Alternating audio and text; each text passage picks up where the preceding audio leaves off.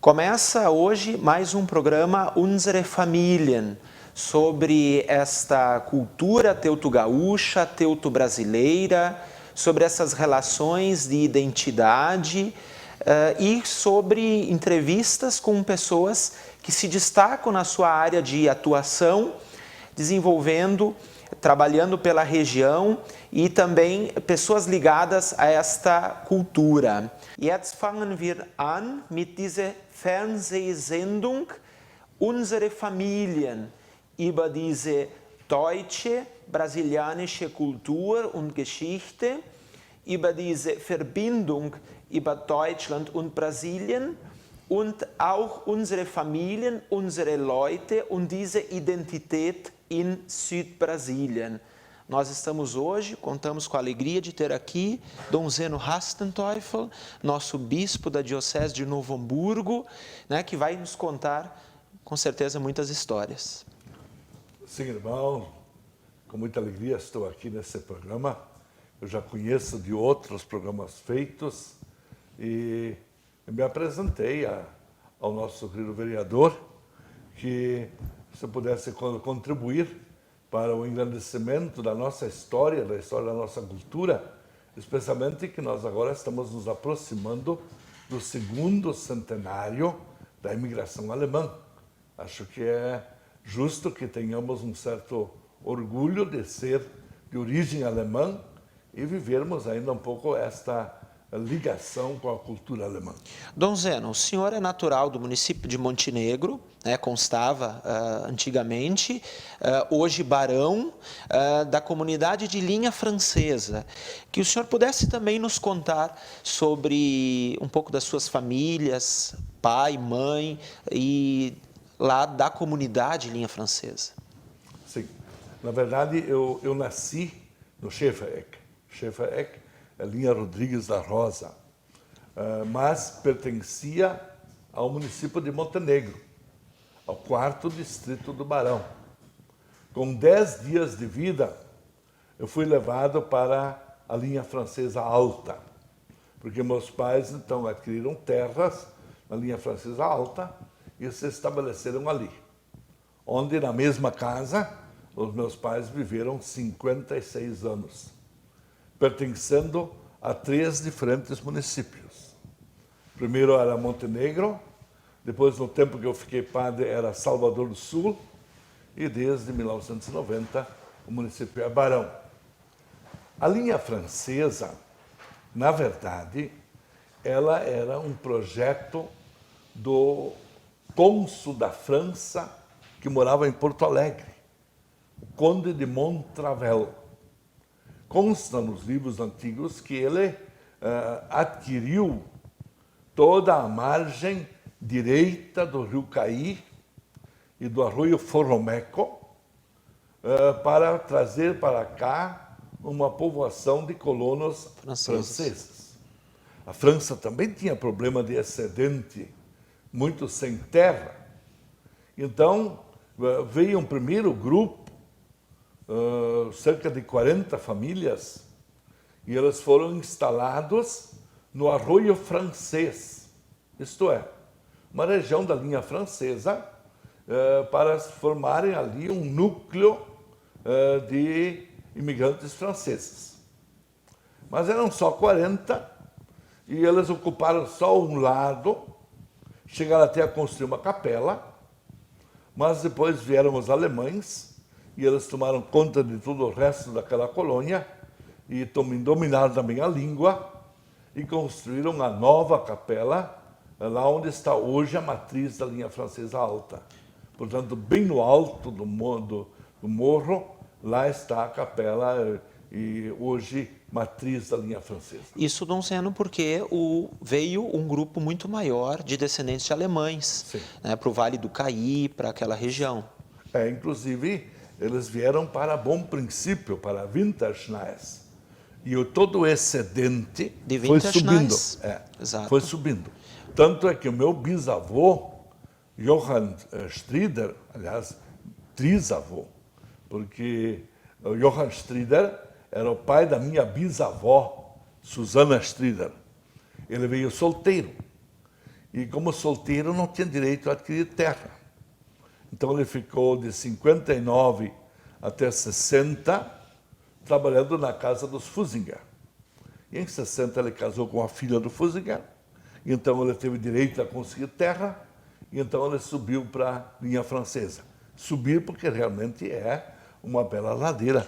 É o início da serra. E, Dom Zeno, isso também demonstra, a gente sabe que as nossas famílias eram muito numerosas, o quanto de uma geração para outra já não havia mais terra e eles tinham que ir, como o senhor disse no caso dos seus, mais ao início da serra, a parte alta do Vale do Caí e depois, inclusive, para outras regiões do estado, Sim. para as missões e outras regiões. Bom, a minha família Strieder é exemplo disso, porque eles se instalaram na linha francesa, fizeram até uma casa muito boa, uma casa que está lá até hoje.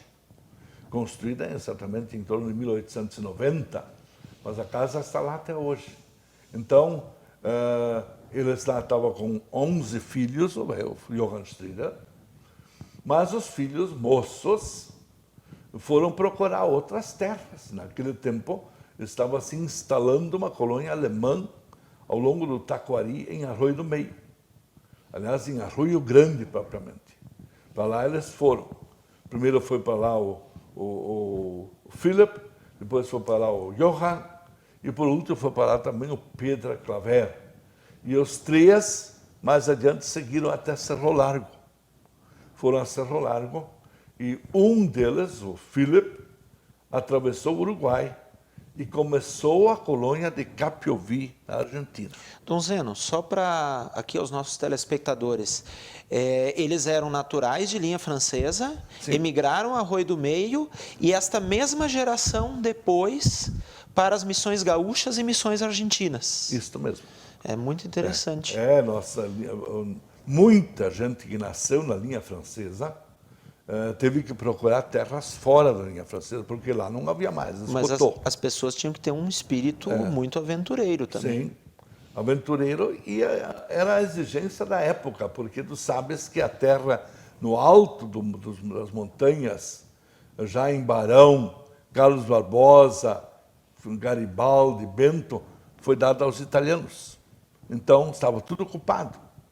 Então, o jeito era procurar ao longo do rio Taquari, o que ainda foi possível, mas graças aos padres jesuítas, especialmente o padre Max von Lasberg e o padre Amstadt, mais alguns outros, o padre Adolfo Galas, levaram então esses colonos lá para as missões. Agora, as missões, uma terra que estava lá, devoluta, sem produzir absolutamente nada, durante 100 anos. A conquista das missões se deu em 1801. E a povoação de Cerro Azul... Só em 1902. Portanto, 101 anos mais tarde, o padre Lasper, com 6 colonos, chegou lá para começar uma nova povoação. E entre esses 6 colonos estava o Antônio Barth, casada com a Ana Strieder, a tia da minha mãe. Legal. Dom Zeno, uma outra questão. O senhor estudou no seminário, o senhor se formou em 72 em Viamão, e o senhor teve um período da sua trajetória em Roma, onde o senhor é doutor em História, e nesse período em Roma, o senhor também ia muito à Alemanha, né? Acho que creio que atuou em Trier, ou naquela região próxima a Trier. Se o senhor pudesse nos contar como foram algumas dessas experiências E também, Dom Zeno, de fato, como que foi essa relação com descendentes de alemães lá por meio do dialeto? Sim. Na verdade, eu fiz minha escola primária na linha francesa, que já desde o momento que eu comecei a estudar tinha uma escola estadual, escola rural, onde eu fiz até a 5ª série, o primário, naquele tempo. Dali eu fui direto para Gravataí, para o ginásio. Fiquei 7 anos em Gravataí, 4 de ginásio, 3 de colegial. Depois fiquei 6 anos em Viamão e em 72 fui ordenado padre, sendo nomeado primeiro vigário paroquial em Sapucaia do Sul, paróquia da Conceição. E no fim daquele ano fui para Porto Alegre, para São Pedro, onde trabalhei 3 anos. Depois mais 6 anos como pároco da paróquia do Pão dos Pobres. E então foi a época que Dom Vicente Scherer estava para entregar o seu mandato, para renunciar. Então, antes da renúncia, ele disse, eu vou te mandar para Roma. Eu tinha prometido que você iria estudar. Me mandou, então, para a Gregoriana para estudar a história da igreja. Ficando, portanto, fora do Brasil por cerca de 3 anos. E durante esse tempo, lá em Roma, a gente sempre tinha longas férias, sobretudo julho, agosto e setembro, 3 meses, mais 8 a 10 dias no Natal, 8 a 10 dias na Páscoa. E esse período eu sempre ia, então, para a Alemanha, para ajudar nas paróquias da Alemanha. Primeiro, durante algumas férias, passei para a região de Frankfurt, portanto, a diocese de Mainz, mas depois eu percebi que lá não era bem os nossos alemães. Então, em 82, eu me apresentei ao bispo de Trier, me colocando à disposição para fazer férias na região de Trier, do Hunsrück. E ele então me mandou para Gresaubach. Gresaubach não é bem Hunsrück, mas é o Saarland. Mas é uma comunidade pequena. Uma comunidade, é uma paroquinha pequena, onde tinha um pároco de 82 anos. Ele já há 6 anos não saía mais de casa, praticamente. Então eu cheguei lá e foi um sucesso, porque o padre foi para as férias e ele disse, tu faz o que tu quiseres aqui. Então eu fiz. Me apresentei para ir à casa, abençoar as casas, e fui de casa em casa, abençoando e conversando com essa gente, com as crianças, para catequese, falava com elas. E o meu jeito de falar era praticamente o da linha francesa, o francês à plate, né? E com esse alemão, eu consegui fazer me entender, e eles me entenderam. E as crianças acharam muito bonito. Inclusive diziam depois em casa, Papa, der neue Pastor spricht Saubacher Platt. Saubach, de Gresaubach. De fato, lá tem um Platt, que é de Gresaubach, e a paróquia vizinha, que é Limbach, já fala um pouquinho diferente. Lá é muito perceptível isso, né? As diferenças regionais. Às vezes, numa província, 3, 4 formas diferentes de falar alemão. Tranquilamente. Inclusive, quando a gente está lá um tempo, você percebe de que município alguém é, de que município ele é. E então eles descobriram que eu era desta região. E realmente eu encontrei muitos Hassenteufel naquela região. Meu bisavô tinha nascido em Birkenfeld, na Alemanha, e ele veio para cá com um grupo que eram boêmios. Que foram austro-húngaro, na época. Austro-húngaro, E eles foram morar entre Alta Feliz e Farroupilha, fundando ali uma colônia chamada Linha Boêmia. Que hoje pertence a Alto Feliz, Dom Zeno. Pertence a Alto Feliz, acho, como município. Sim. Como município. Agora, a paróquia que atende é a de Nova Milano. A paróquia que atende lá. Então, realmente é uma região, assim, muito especial, onde foram parar esses Hassenteufel. E lá o meu bisavô, Jakob Hassenteufel, casou com uma Frau Wiedenkehr, teve 5 filhos, e no 5º filho, no parto, ela morreu. Então, claro que o viúvo precisava de alguém que cuidasse dessa criança, e chamou então uma moça lá do Schunrat, e ela vai se tornar a esposa dele mais tarde. Primeiro Ana cuidando Maria- dos filhos e depois se a tornando... esposa, Ana Maria Conrad. E eu fui pesquisar um pouco sobre a vida dessa Ana Maria Conrad e descobri que ela foi batizada em Thelay, na Alemanha. E lá no livro de batismo está escrito: mit einem Jahr ausgewandert nach Brasilien mit 12 Geschwistern. Com 1 ano, emigrou para o Brasil com 12 irmãos. Portanto, a família Conrad veio com 13 filhos. E a mais pequenininha com 1 ano de idade. E eles se estabeleceram em São Vendelino, onde está cheio de Conrad para tudo que é lado. Tanto é que meu bisavô foi morar em São Vendelino, casado com essa Ana Maria Conrad. E, Dom Zeno, naquele período, os padres que atendiam aquelas comunidades no Vale do Caí, eles eram de São José do Hortêncio. Sim, no primeiro momento. Se o senhor pudesse também nos contar um pouco sobre essas dificuldades destes padres para o atendimento e também a vinda dos padres jesuítas alemães para o Vale do Caí. Pois os alemães vieram em 1824, a primeira leva, mas ela foi se intensificando principalmente a partir de 1827, 29, 31, 35. Uma pequena parada, mas mais a gente veio muito mais gente a partir de 50. E não tinha padre. Os alemães não trouxeram padres. Os evangélicos traziam pastores. Outros se tornavam pastores aqui.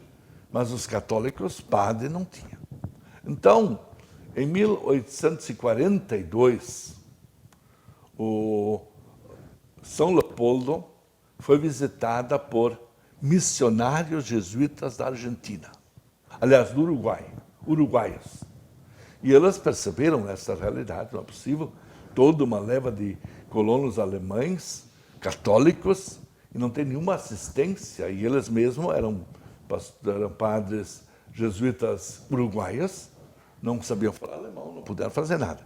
Mas eles foram para Roma, o superior-geral dos jesuítas, e a congregação para a difusão do Evangelho, e eles então conseguiram lá que os jesuítas conseguiram padres da região da União Soviética, isto é, padres ucranianos, que vieram então para São Leopoldo em 1849.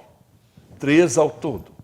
O padre Sedlak, que foi morar em São José do Hortêncio, o padre Plinsky, que foi morar em Dois Irmãos, e o irmão Antônio Sontag, que ia um pouco para Dois Irmãos, um pouco para São José do Hortêncio, ia de um lado para o outro.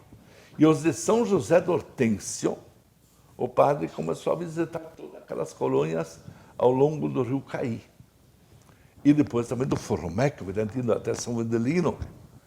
E deve ter subido lá para as montanhas em 1856, portanto, 7 anos mais tarde. Ele já celebrou uma missa numa pequena comunidade, uma pequena capelinha improvisada, e fez um batizado. E ele registrou isso no livro de São José do Hortêncio.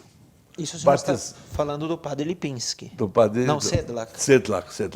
Ele batizou Walter Verhoek, portanto, um holandês, que veio junto com os franceses e que consta no assentamento batismal que ele nasceu no navio. E este Walter Verhoek é o meu bisavô. Ele, casado mais tarde, teve filhos. Uma das filhas era a Matilde Verhoek, a esposa do meu avô, Pedro Kinzel. E, portanto, a nossa ligação. Foi o primeiro batizado na linha francesa, 1856. Isso também... Quando a capela ainda era lá, junto ao arroio. Depois a nova capela foi construída lá no alto, no lugar onde ela está até hoje. Isso também mostra, Dom Zeno, como as nossas raízes também são diversificadas, né? O senhor mesmo colocando aqui origens germânicas, holandesas, da Boêmia e também, Dom Zeno, gostaria que o senhor destacasse para nós, teve muitos padres que faleceram, inclusive no exercício da sua profissão. Por exemplo, lá em Bela Vista, em Bom Princípio, tem um crucifixo, Padre Miguel Kellner, que morreu afogado no Rio Caí, indo fazer visitas às famílias. Como o senhor destacasse assim, essas dificuldades pelas quais eles passaram? Você pode imaginar, não é? Os jesuítas vieram em 49 e eles vieram a São Leopoldo, mas os colonos alemães que estavam mais necessitando de presença de padre estavam morando já, então, na região de Baumschneiss, que é 2 irmãos, e na região de São José do Hortêncio, Portuguesa Schneiss, onde já tinha um maior aglomerado de gente, e foram se estabelecer lá.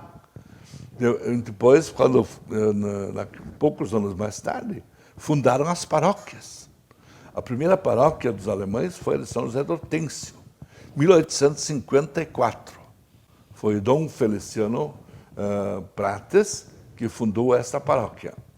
E em 57 foi criada a paróquia de 2 irmãos, São Miguel de 2 irmãos. E eles foram a Dom Feliciano com argumentos para fundar ali uma paróquia. Diziam, estamos vivendo a 6 léguas de São Leopoldo. E nos dias chuvosos não passa nem cavalo. E eles atendiam as capelas até toda a região do Herval, do Pugaberg, até Nova Petrópolis, tudo era atendido por 2 irmãos. Enquanto que o de São José do Hortêncio atendia todo o Vale do Caí, até Feliz, Alta Feliz, São Mendelino, Linha Francesa, Colômbia, toda a região estavam com esses padres. E eles iam a cavalo, de mula, normalmente de mula. E quando os arroios cresciam, eles tinham que atravessar assim mesmo.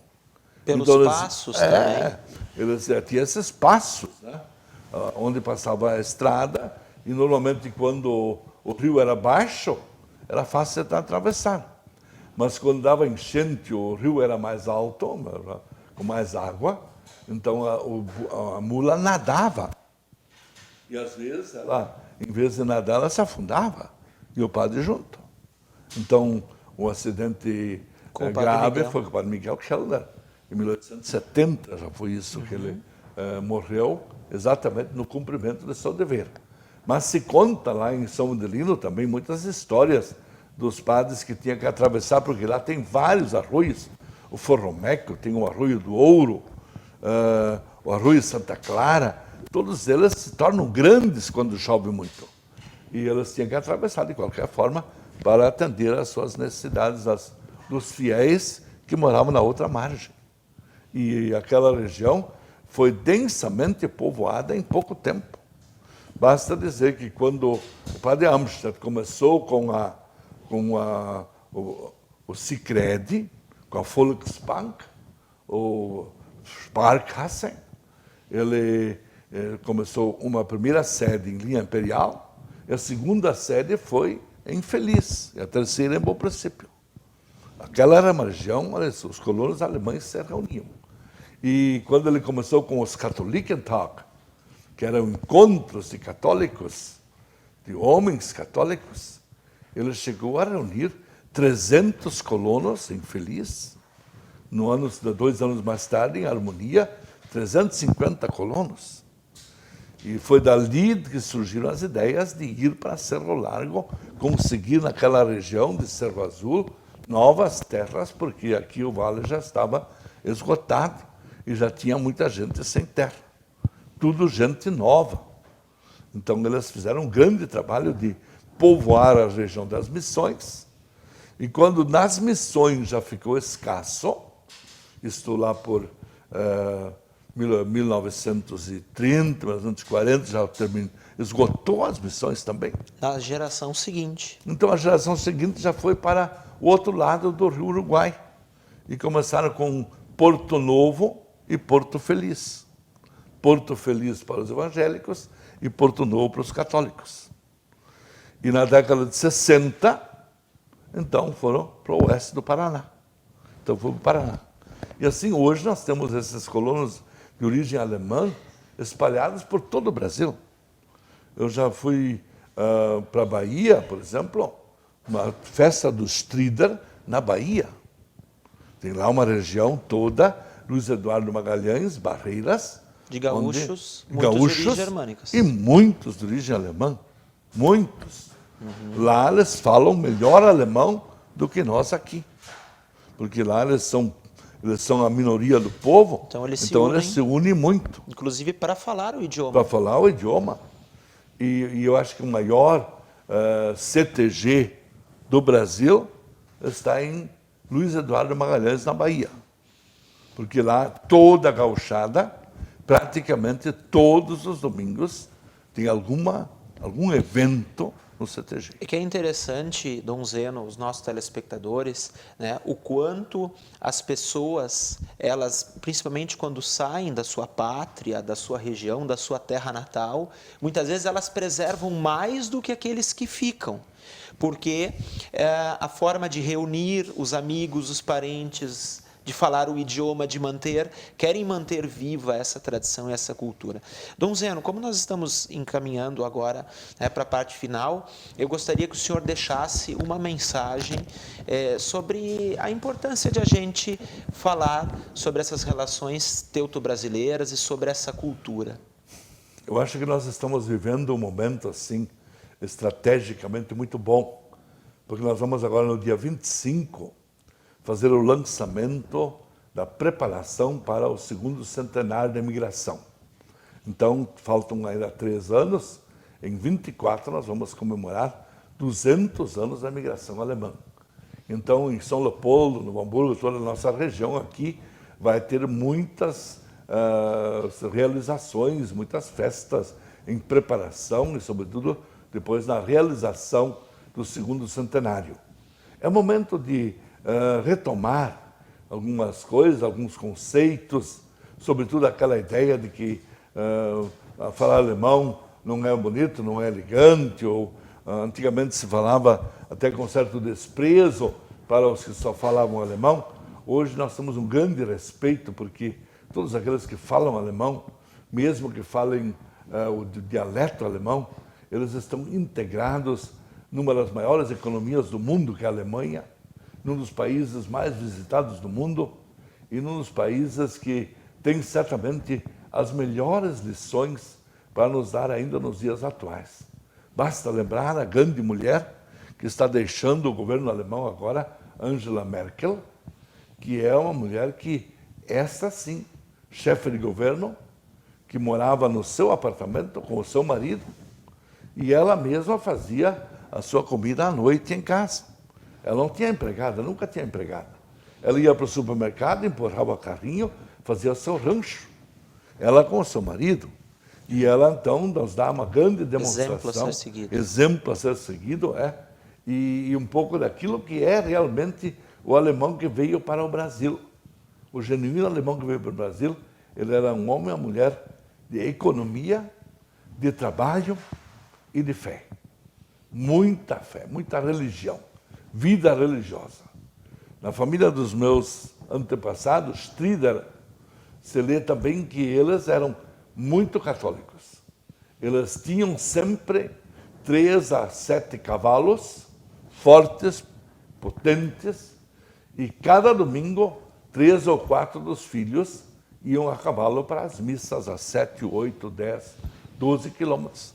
Mas cada domingo os cavalos tinham que estar na estrada, porque era dia de missa. Então era gente assim que cultivou a fé dessa forma. Por isso mesmo o Philip, que foi para a Argentina, ele tem na sua descendência 3 padres e 9 irmãs religiosas, bonito. que se tornaram religiosas lá na Argentina.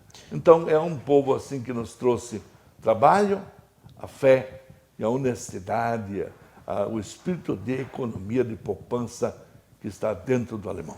Muito obrigado, Dom Zeno, pela sua grande contribuição ao nosso programa Unsere Familien. e convido a todos a acompanharem na Vale TV, canal 14 da NET, e também nas mídias sociais, no Facebook e no YouTube, pelo programa Unsere Familien.